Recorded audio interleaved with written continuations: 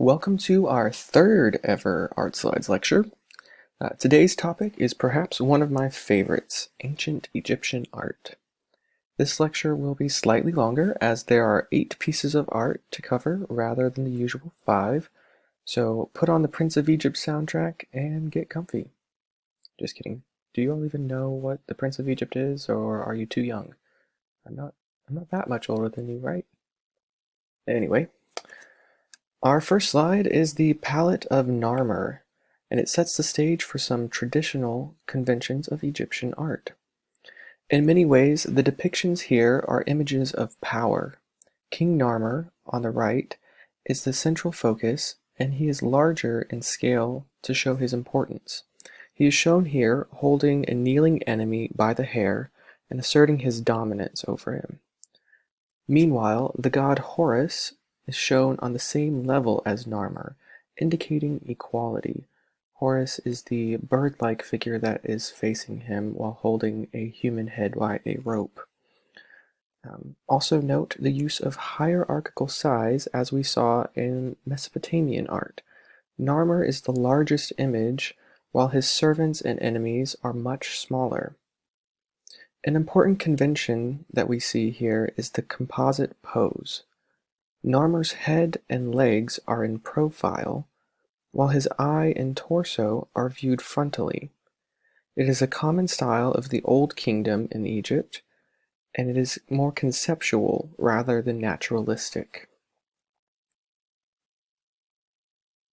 Next up is a familiar sight, the pyramids at Giza. Notice the 3 smaller step pyramids that predate the larger pyramids we typically think of. These pyramids are tombs for 3 Old Kingdom pharaohs, Khufu, Khafre, and Menkaure. Like the ziggurats, these structures have religious significance, but they weren't sites of worship. The pyramids blend politics and religion. They were meant as resting places for royalty, where they could travel to the afterlife. The Egyptians had this notion of the Ka, K-A, which is just the human spirit, the part of the human that travels into the afterlife. And these pyramids were designed to help royalty do that with all of their belongings and do it safely hopefully without being raided by tomb raiders.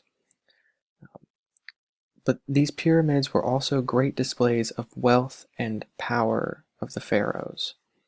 Originally, they were faced with smooth limestone and topped with a gilded capstone to reflect the light of the sun god Ra, thus linking the pharaoh's power and strength with that of the gods.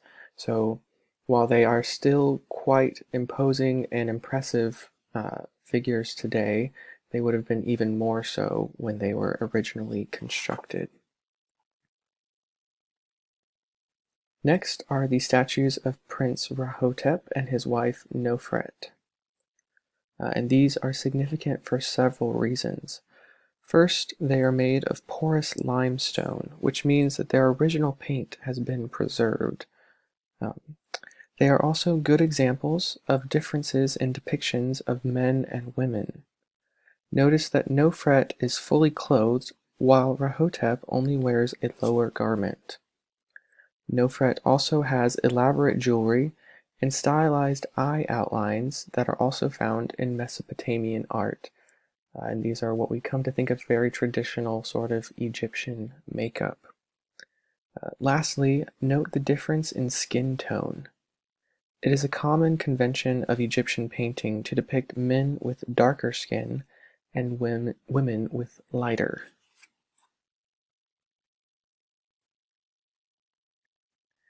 Here we have a statue of King Hotshepsuit. Hotshepsuit is interesting because although bearing the title and style of a king, she was one of Egypt's few but notable female pharaohs. As she is seen in this statue, she often chose to be depicted as a man wearing a headdress and a beard. Also note that this is still a very powerful depiction with her stance, but Unlike many of the other pharaohs, she does not have clenched fists, but chooses to lay her hands flat on her garment. Egyptian painting is significant for the introduction of synthetic pigments, which allowed non-earth tone colors such as blue, green, and a golden yellow. This is very different from the cave paintings that we saw, in which the colors were very muted and earthy and limited in range.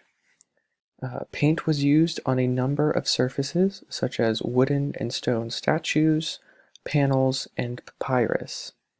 Here we have a painting on gypsum plaster, found in the tomb of Nebamun, a New Kingdom official. Continuing the Old Kingdom style, Nebamun is depicted in a composite pose, which again is where the head and legs are seen in profile, but the eye and torso are given a frontal view. And his wife and daughter are smaller in proportion, indicating household hierarchy. So that's again where we see the hierarchical proportions to indicate importance. And moving into the Amarna period, we have here the bust of Queen Nefertiti, wife of Akhenaten. She was given an important role in the sun cult, and thus wears a unique blue crown. And again, this sculpture is made out of a porous limestone, which preserves the vibrant paint to create a very elegant and fairly naturalistic sculpture.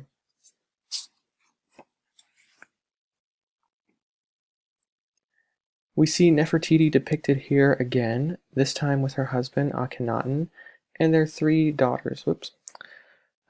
The Amarna period challenged many religious and artistic traditions. Here we see an unprecedented level of naturalism. The royal family is casually seated together and relaxed as they enjoy time together. It is not a depiction of power, but of intimacy. This is in sharp contrast with the conventions of the Old Kingdom, which always depict rulers in positions of power and strength. So you can think back to Hotshepsuit, whose posture was very powerful. Her stance really doesn't allow any sign of weakness. And she also, again, chooses to depict herself as a man, potentially as some sort of power move. But here they seem very relaxed and familial, which is in sharp contrast to the Old Kingdom. And lastly, we have the Rosetta Stone, which is a very important linguistic document. It contains the same text written in 3 different languages or scripts. These are Greek, Demotic, and hieroglyphics. And the Rosetta Stone has proven massively useful in translating hieroglyphs, because we can take the 2 languages that we already knew and use them to compare them to the hieroglyphs which we previously didn't understand. This is one of the few pieces that we talk about in this class that I have actually had the privilege of seeing in person.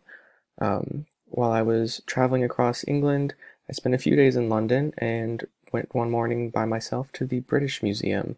And when you walk into the Ancient Egypt exhibit at the British Museum, the Rosetta Stone is there front and center. And I was surprised with how large it is.